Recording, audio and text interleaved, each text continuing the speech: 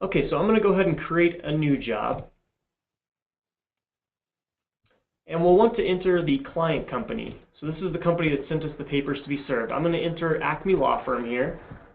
As I start typing Acme Law Firm, you can see I get an auto-completed list of entries from my CRM. So these are companies that I've previously worked with, and I've already entered them into ServeManager. So I could select the company right here. However, if you're entering a new company name that you've never worked with before, you can go ahead and type a name there, a first and last name, an email address, and this will automatically create a new company that's saved under your companies.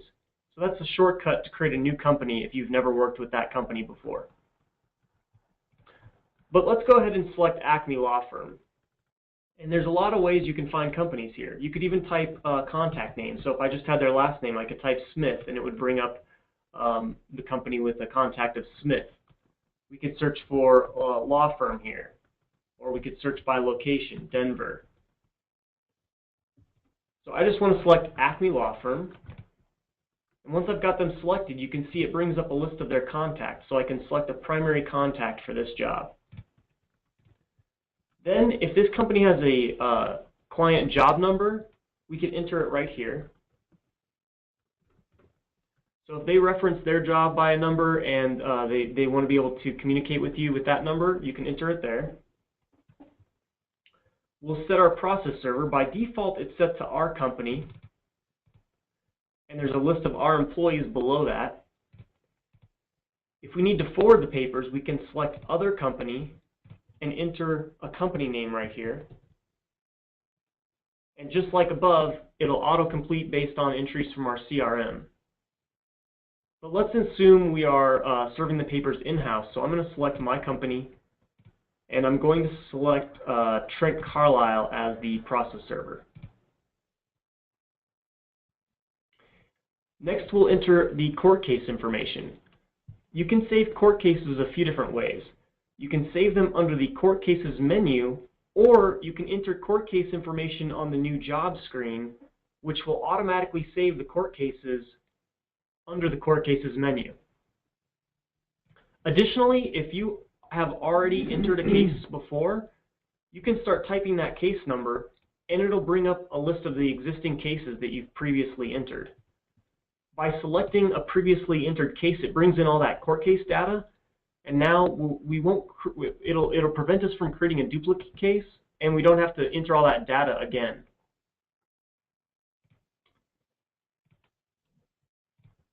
Next, we want to set the status. We can select a due date for the job. My apologies, I clicked on a different menu. Let me start that job over again real quick here. I'm clicking around too fast. So I'm just going to enter that information again real quick. We'll select Trent Carlisle again. I'll select that court case that I had before.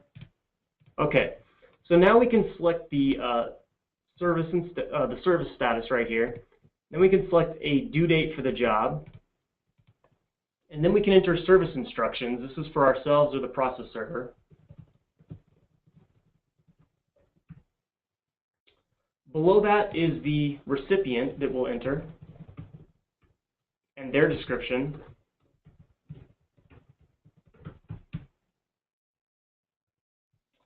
Then we want to enter their service address. We can set the location type, and if we had multiple addresses, we could enter all of them right here and then set a primary address as well.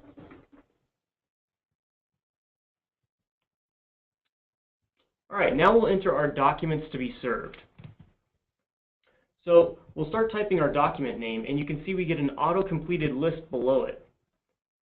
This is a smart field, so it's based on document titles that you've entered into the system. Over time, it'll save the titles that you've entered, and then each time you go to type a document title, it'll retrieve those titles, saving you some data entry. The other nice thing is that it's not just a precompiled list of random titles. It's suited exactly to what you previously entered. So you can select that document title. You can attach a file there if you've got a PDF or a Word doc.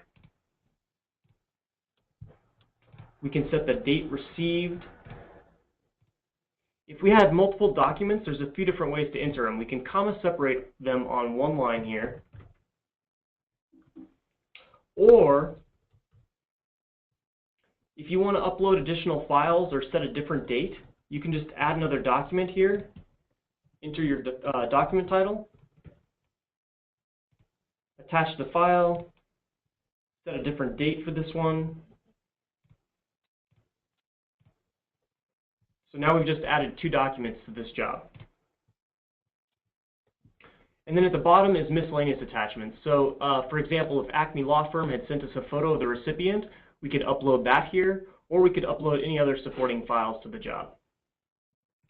All right, I'm going to go ahead and save this job. Again, if you have any questions, go ahead and type that into the chat.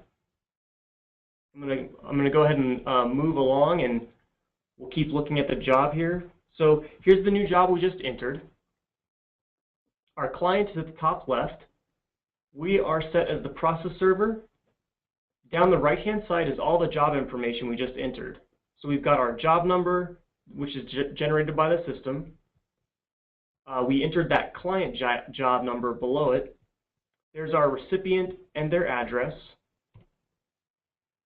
The service instructions, documents to be served, and you can see under documents to be served, we've got that attached file, so we can open it up right there.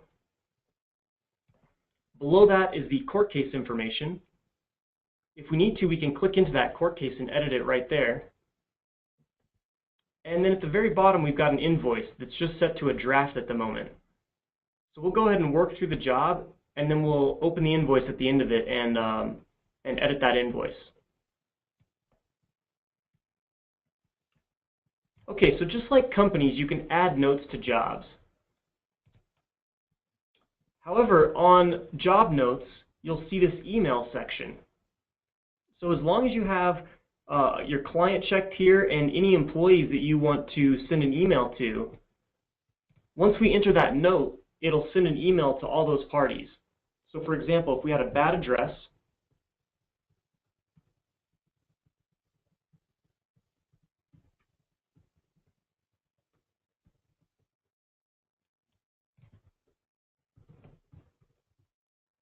we'd want to make a note of it to the job, but at the same time, we could request a new address from the client by simply saving that.